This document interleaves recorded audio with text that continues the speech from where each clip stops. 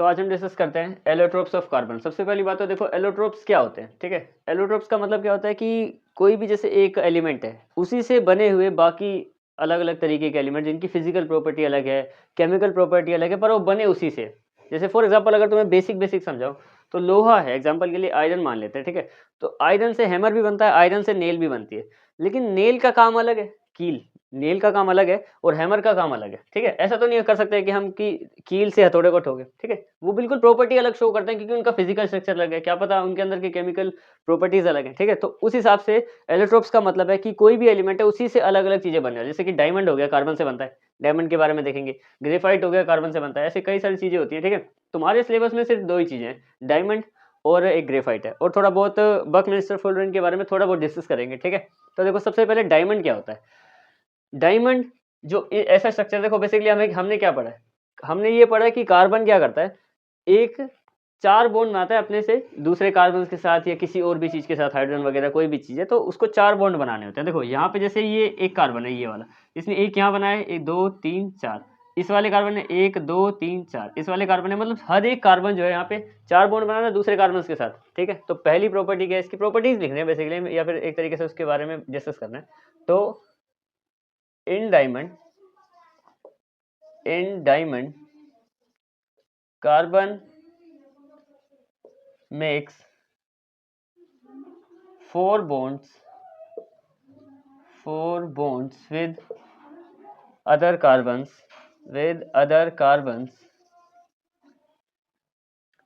strongly। Carbon क्या करता है, दूसरे कार्बन के साथ बॉन्ड बहुत स्ट्रॉन्ग कर लेता है, ठीक है। चारों के चारों बॉन्ड बना सकता है और चारों के चारों बने हुए हैं यहाँ पे, ठीक है। जैसे कि बना सकता है चार, वो एक अलग बात है, लेकिन बने हुए यानी कि अच्छे से कॉन्क्रीटेड है, एक जगह भी खाली नहीं है। तो कार्बन क्या होगा, स्ट्रॉन्गली बनाएगा सारे बॉन्ड, और इस टाइप के स्ट्रक्चर को हम बोलते हैं नेटवर्क बॉन्ड्स, या फिर नेटवर्क स्ट्रक्चर कहते हैं इसको, ठीक है।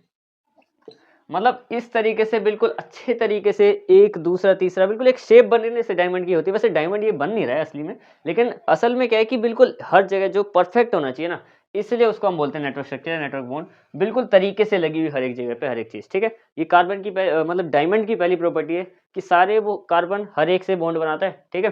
तो इसी वजह से इसको नेटवर्क स्ट्रक्चर बोलते हैं, क्योंकि सब कुछ एकदम वेल प्लेस्ड है जहाँ होना चाहिए, ठीक है। दूसरी प्रॉपर्टी देखो, दूसरी है कि there is no free electrons, so it is bad conductor of electricity। it is a bad conductor of electricity। अब देखो यहाँ पे क्या है कि जितने भी बॉन्ड बने हुए हैं, यहाँ पे 4 बॉन्ड बना सकता है कार्बन, ठीक है, और हर जगह कार्बन लगा हुआ है एग्जांपल के, तो एक भी इलेक्ट्रॉन खाली तो है नहीं, सब में बॉन्ड बने हुए हैं पहले से ही, तो इलेक्ट्रॉन बिल्कुल खाली नहीं है। तो इसीलिए इसमें इलेक्ट्रिसिटी पास नहीं हो पाती, इसीलिए ये इलेक्ट्रिसिटी का बैड कंडक्टर है। क्यों, क्योंकि देखो यहाँ पे रीजन क्या है कि एक भी फ्री इलेक्ट्रॉन नहीं है। फ्री इलेक्ट्रॉन होता, इलेक्ट्रिसिटी ट्रेवल करने के चांसेस होते, लेकिन सारे के सारे वेल प्लेस्ड हैं और लगे हुए हैं अपने एक एक जगह पे पोजिशन, मतलब एक तरीके से सिपाही जैसे लाइन में खड़े होते हैं। तो वैसे फुल फील्ड है, एक भी इलेक्ट्रॉन खाली नहीं है, इसीलिए ये बैड कंडक्टर, इलेक्ट्रिसिटी को कंडक्ट नहीं कर पाता, ठीक है। अगला देखो कि it is very hard due to network structure.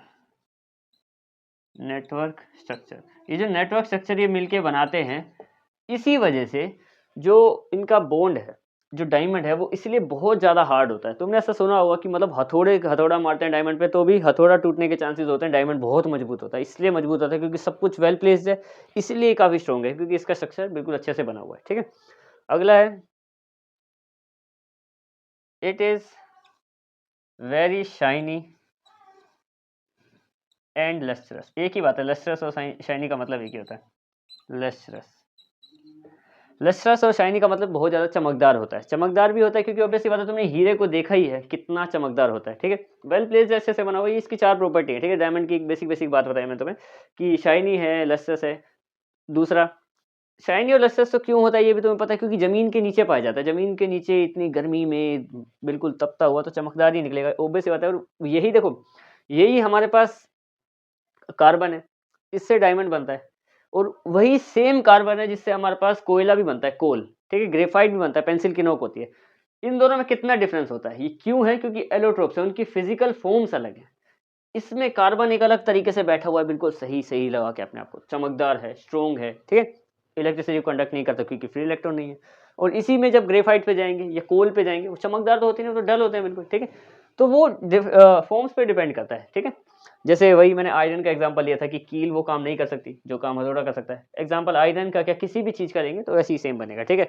तो ये हमने इसके बारे में डिस्कस किया। अब इसके यूजेस कहाँ कहाँ हैं कार्बन के, ठीक है। सबसे पहले देखो, ज्वेलरी में इसके बहुत यूजेस हैं, ये तो तुम्हें पता ही होगा कि ज्वेलरी इंडस्ट्री में इसके बहुत ज़्यादा यूज है। It use in jewellery industry लिख सकते हो, तो मैं बस बेसिक बता रहा हूँ तुम्हें, ठीक है। ज्वेलरी हो गया, दूसरा हो गया कि आई ऑपरेशंस में इसका बहुत यूज होता है। अभी पहले मैं लिख लेता हूँ, फिर सबको एक एक करके डिस्कस कर देते हैं।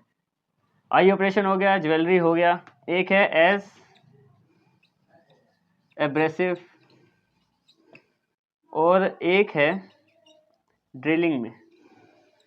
ड्रिलिंग में भी इसका यूज होता है। तुमने ज्वेलरी वगैरह में सुना ही, नीचे के तीन नहीं सुने, क्या क्या चीजें, इनको जरा डिस्कस करते हैं। देखो ज्वेलरी में तो पता ही है सबको कि जो डायमंड है वो लगते हैं, अंगूठी में डाल दिया, किसी में हार वार में, सब में होते हैं, ठीक है। आई ऑपरेशंस में कैसे काम आते हैं? देखो हमें पता है कि जब कहीं पे कट लगाना होता है, एग्जाम्पल के लिए आंखों का ऑपरेशन है, बहुत ही बिल्कुल अच्छे से, जैसे एग्जाम्पल में क्या डायग्राम बना के दिखाऊं तुम्हें।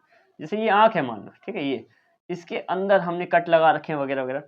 अब इसके लिए हमें कट लगाने के लिए चाहिए बहुत पैना, क्योंकि अंदर खोल चुके हैं हम आँख को, अच्छे से आराम आराम से कट लगा रहे हैं। इसकी जगह अगर मान लो हम क्या करें, हम कांच का कोई पतली सी चीज लें, ठीक है, बहुत ही पतला कर दें जिससे हल्के हल्के कट लग रहे हैं, क्योंकि आई जो आंख होती है उसकी वेन्स बहुत पतली होती है। तुमने देखा हो कि आंख से हल्के हल्के लाल लाल वो नसें निकलती तो बहुत पतली पतली नसें होती है, ठीक है।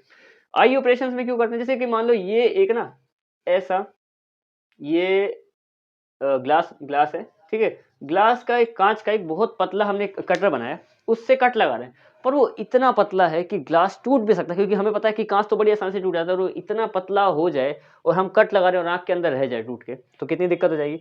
इसलिए डायमंड, क्योंकि डायमंड स्ट्रॉन्ग बहुत है, तुम उसको कितना ही पतला कर दो ग्लास के मुकाबले तो स्ट्रॉन्ग ही रहेगा, ठीक है। इसलिए डायमंड यूज करता था आई ऑपरेशन में, ताकि हल्के हल्के बारीक कट्स लगाए जा सके, ठीक है।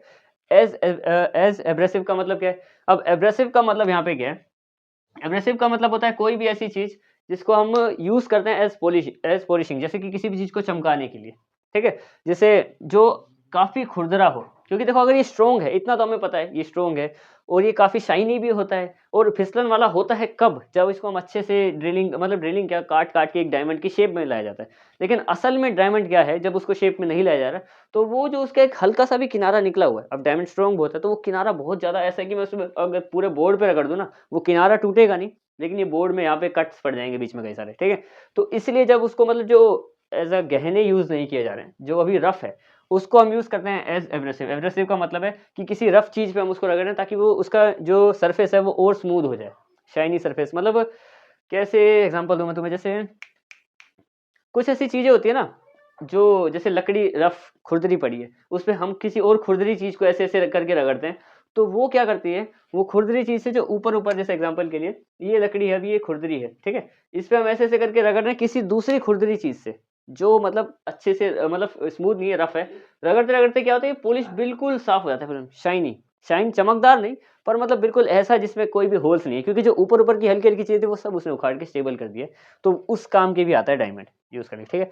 और ड्रिलिंग की बात करें, ड्रिलिंग का मतलब है ड्रिल करने के काम आता है। ऐसा तो नहीं कि डायमंड की पूरी ड्रिल है, ड्रिलिंग का मतलब है जो डायमंड है, जैसे कोई ड्रिल है, ड्रिल, अगर ड्रिल में डायमंड लगा दिया जाए, एग्जांपल के लिए उसका जो छोटा सा बिट होता है उसमें अगर डायमंड लगा दें, तो वो तो बहुत इजीली कहीं पे कर देगी होल आराम से, किसी भी दीवार में, गेट में वगैरह। लेकिन हम क्या करते हैं, वहाँ पे डायमंड कॉस्टली इतना है, लेकिन जहाँ पे सही में काम बहुत बड़े होते हैं, जैसे फॉर एग्जाम्पल मेट्रो की लाइन बननी है, जैसे ये है जमीन, इसके ऊपर घर हैं कई सारे, अब हमें पता है कि इसके ऊपर मेट्रो की लाइन बनानी है हमें, तो हमें जमीन के नीचे से होल करना है, ठीक है।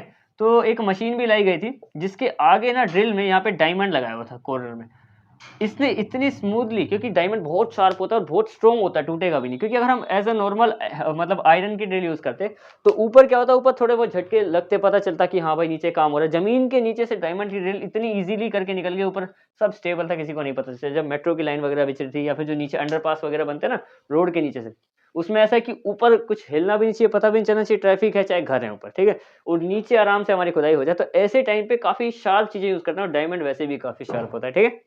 तो ये था तुम्हारा डायमंड वाला पोर्शन। अब आगे बढ़ते हैं हम ग्रेफाइट वाले। हम आते हैं इसके अगले एलोट्रोप ग्रेफाइट के ऊपर, ठीक है? देखो कार्बन का ये वाला एलोट्रोप है, डायमंड से बिल्कुल अलग है। डायमंड चमकदार होता है, ग्रेफाइट डल होता है, ठीक है?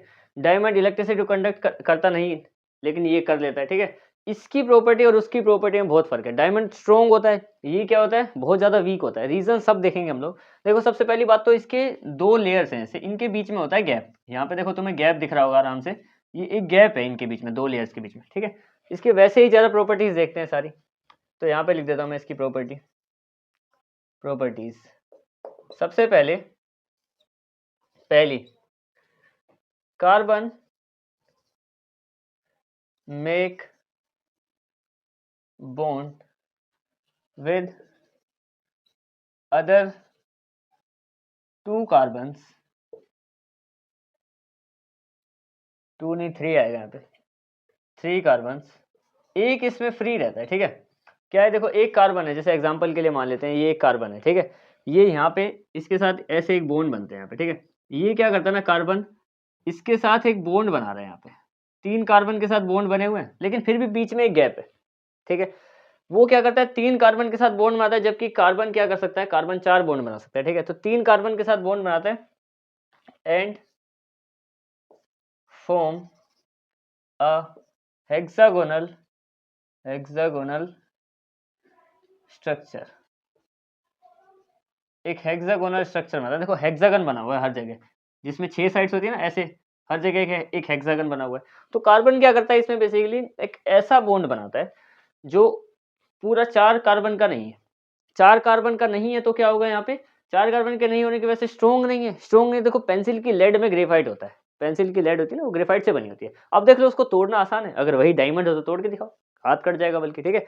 तो यहाँ पे क्या है कि वो तीन कार्बन से बॉन्ड बनाता है। तो रीजन हमें मिल गया कि वो बॉन्ड पूरे नहीं कर रहा है, अपने बॉन्ड पूरे नहीं कर रहा तो स्ट्रॉन्ग नहीं है, ठीक है? दूसरा एक हेक्सागोनल स्ट्रक्चर फॉर्म करता है, देखो वो हमारे सामने ही है कि किस तरीके का स्ट्रक्चर होता है। दूसरी प्रॉपर्टी देखेंगे, दूसरी प्रॉपर्टी क्या है कि two layers have weak force of attraction लिख लेते हैं। वैसे इनके बीच में वीक वंडरवॉल फोर्सेज होती हैं, वो हम बाद में डिस्कस करेंगे कभी बाद में। 11-12 का टॉपिक है कि weak van der Waals forces, gravitational force वगैरह, फोर्स भी कई टाइप की होती है ना। अभी इतना समझो कि इनके बीच में फोर्स ऑफ अट्रैक्शन वीक है, आपस में अच्छे से अटैच नहीं है। वीक फोर्स ऑफ अट्रैक्शन, इनके बीच में क्या होता है, फोर्स ऑफ अट्रैक्शन वीक होती है, ठीक है? सो या फिर दैट्स वाई लिख देते हैं यहाँ पे, या फिर सो ही लिखो, चलो। सो it is not strong and slippery too। यानी कि एक तो स्ट्रोंग भी नहीं होता है, क्योंकि स्ट्रोंग नहीं है, हमें पता है रीजन क्या है, स्ट्रोंग नहीं है क्योंकि इसके बीच में तो पहली बात जो दो लेयर है उनके बीच में ही गैप है।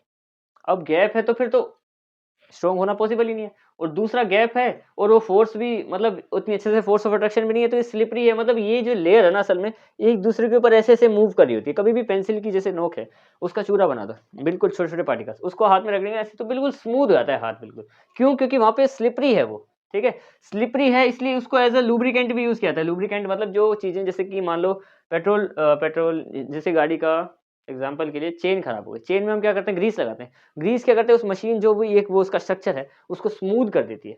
स्मूथ करने वाली चीजों को ही लुब्रिकेंट्स कहते हैं। तो इसको भी लुब्रिकेंट यूज किया जाता है एज अ, क्योंकि ये भी स्लिपरी है, स्लिपरी चीजों को लुब्रिकेंट के तरीके से यूज करते हैं हम, ठीक है? ये हो गया। तीसरा, it is a good conductor good conductor of it is a good conductor of electricity because graphite have free electrons to move electricity, लिख लो चाहे, to electrons to move electricity.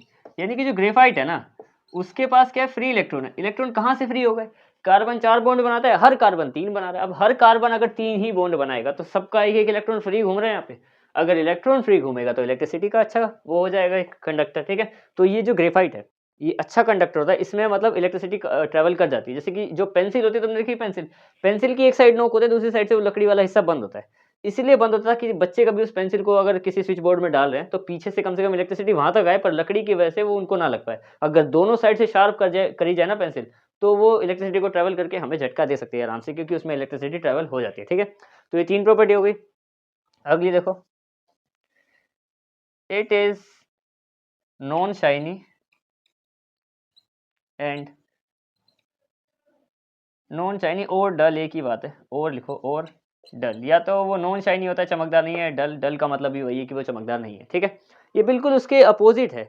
बस इतना सही है कि इनकी फिजिकल फॉर्म्स में जो थोड़ा सा डिफरेंस आ गया। देखो, पिछली फिजिकल फॉर्म एक अच्छे से स्ट्रक्चर में थी, ये वाली इतनी अलग है, तो प्रॉपर्टीज में देखो कितना चेंज आ गया। स्ट्रॉन्ग भी नहीं है, स्लिपरी है।